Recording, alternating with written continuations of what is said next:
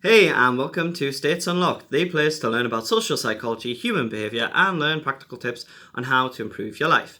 If you want to unlock higher states of consciousness and understand yourself and others better, be sure to subscribe. So today we're going to be looking at associations. Now, associations are a powerful thing. They are essentially the grouping together of people, concepts, and things in our minds, and it is a strategy our brain utilizes in order to shortcut processing time and just make sense generally of the world around us. The problem arises, however, when these associations go wrong. So in this video, I'm going to show you how we can become aware of our associations and why it's really important to do so.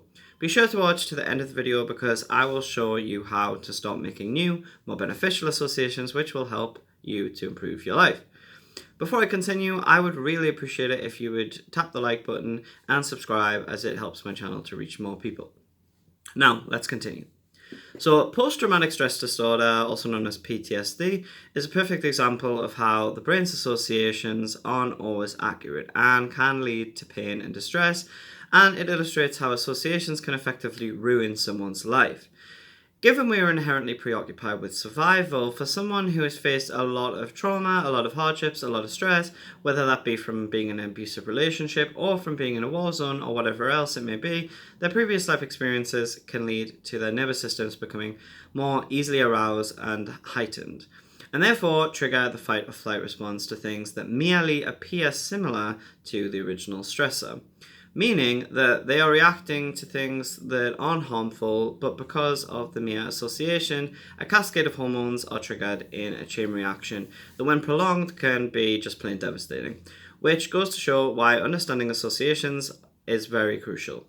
So if we have had a lot of unpleasant experiences in our lives, it's particularly important to monitor our associations. So let's suppose we've been hurt by a romantic partner. Are we subsequently tarring every potential romantic partner with the same brush unconsciously and shortcutting the process through associating love with pain? Of course, when the spotlight is put on it, it seems like a ridiculous thing to do, to assume that everyone will hurt us, but this is something we do all the time in different areas of our lives, and it's very much an unconscious process. So another example could be that one time you were bullied by someone with green eyes, and you therefore go on to be mistrustful of anyone who's got green eyes or another similar feature to the bully. Now, the reason this is an unfortunate thing to do and ultimately doesn't really serve us very well is because a lot of the time the associations we make are based on very broad signals like someone having green eyes. Now, obviously, this is a ridiculous thing. It's a ridiculous marker because there are murderers who've got green eyes, and there's also incredibly kind, loving people with green eyes. So it isn't enough to determine pretty much anything. So you may think you don't do this in any way, but I'd encourage you to look out for the associations that you do make because, we all group things together unconsciously. Please tell me in the comments below some associations you've made which you think aren't serving you, or comment positive associations which do serve you. It is worth noting that we shouldn't dismiss all of our instincts due to associations sometimes being off base, as sometimes the reason, our nervous system's reacting and is being triggered around a certain person is because we've seen this pattern of behavior before, and it's just basically our brain ringing the alarm. It's in fact, just a sign that this person is to be distanced from. However, oftentimes this is not the case, and through never really challenging our beliefs or behavior, we're likely to be blind to what we're doing. Due to confirmation bias, we can unconsciously reverse engineer to everything to fit our beliefs. For example, if I were mistrustful of someone with green eyes, I may unconsciously be hostile and cold towards a person with green eyes, and therefore elicit a mirrored response and see the response as proof that my assumptions were in fact correct in the first place. So this is something in my life that I have noticed because a few years ago I moved to Italy, and I made a point that I would be open-minded and I'd be kind and friendly to everyone, giving everyone a chance as opposed to just making snap judgments about them. So what I found really quite surprised me. I naturally gravitate towards friendly looking people and people with harder features that don't smile as much, let's say. They can tend to put me off.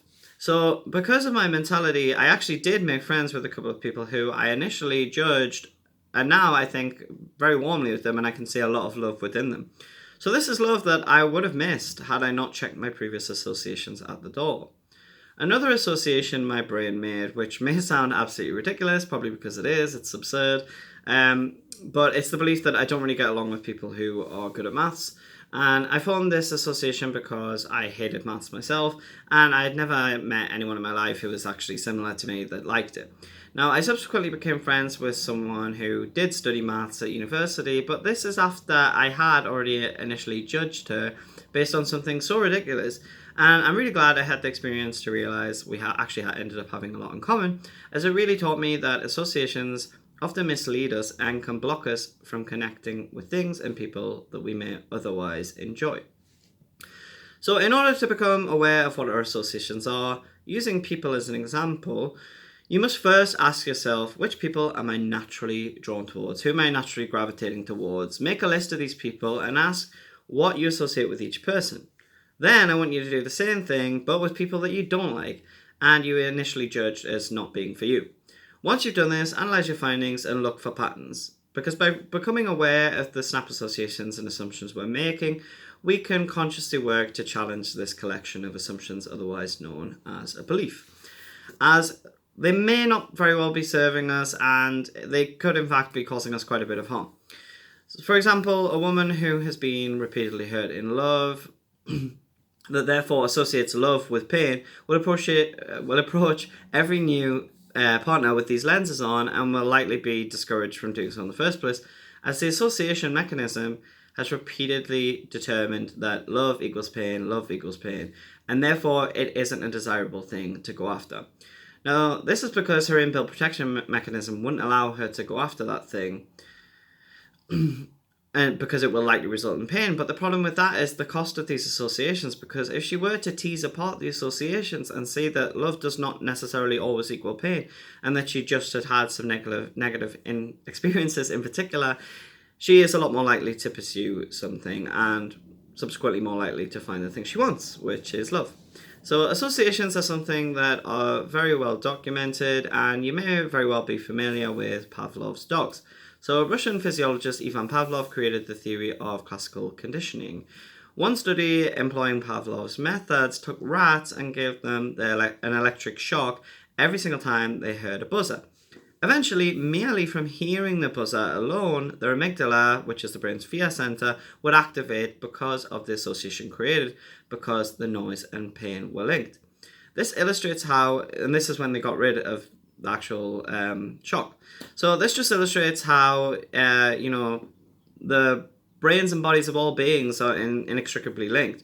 And it's important to keep that in mind, as no one's had the same life experience as us, and it explains why other people can behave in ways that we just don't understand, as everyone's associations are quite unique. And, understanding this can really help us to establish more empathy for others.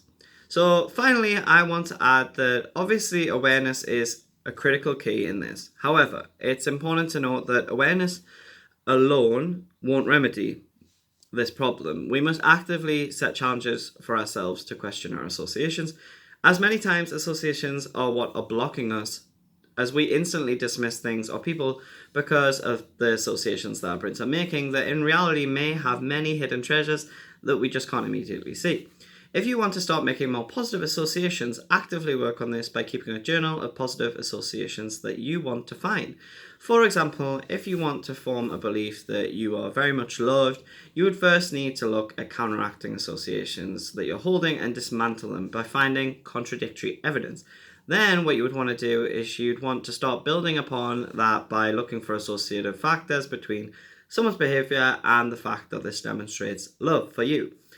The idea is that the more you can do this, the more it will have a snowball effect, and your brain will naturally start to take over, finding evidence of this for itself to support these associations. So good luck with the process, and I hope you've gained value from the video. If you have, please like it, comment and subscribe, as well as share it with someone you think could benefit from it. Thanks for your time, and I will see you on the flip side. Ciao for now.